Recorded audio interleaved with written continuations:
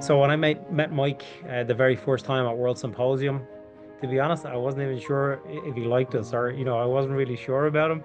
But then I realized really quickly, he's a really great guy, a wonderful scientist. He's very busy, but we went out for beers, and before we knew it, we became friends. But totally amazing guy, very special.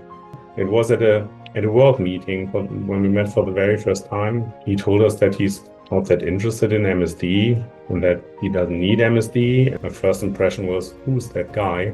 But then it turned out into something different, which is really nice, lovely relationship meanwhile. And he did a lot for MSD as well as for us. And I would say we became friends over the time.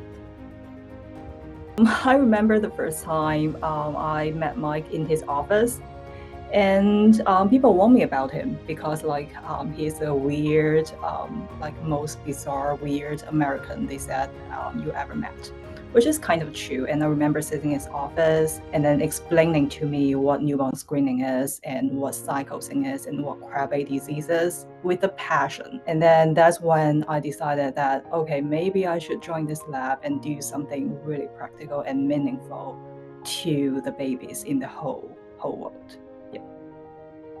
While he is not a clinician, he has the soul of someone that wants to just make people's lives better. When I explain Mike Gelb, or when I describe Mike Gelb to friends, colleagues, even my own family, the thing that sticks out the most is his incredible passion for science and for medicine, and how he is really dedicated to applying science to improving outcomes for patients. And I think he also wants to make sure that science is the loudest voice. He's agnostic to politics, or it's just the true north. We've got to go by science, we've got to go by evidence. And I think that stands alone in something that is really quite remarkable and honourable. And it's how we should all aspire to be. So, he really is a global leader in that space. But I think it's not just the science. I think it's the ability to translate the science into a connection with families. And my favorite conferences with Mike are when we go and we see and talk with families. He loves being around people and helping people. He loves making lives better, and his passion for doing that just is translated in every single moment you're with him. He told me one time when I got to know him that all he wants to do is help kids and families and surf. And I thought that was incredible. And I think that is Mike in a nutshell. Mike does not sugarcoat things. It's a wonderful quality of his. He will tell you what he really thinks, and he'll justify it, and he'll give you pointers and suggestions on how to adapt what you're trying to do, or why he thinks that there might be flaws in your thought process. Somebody in congratulating Mike on this award on social media described him as my favorite person to argue with.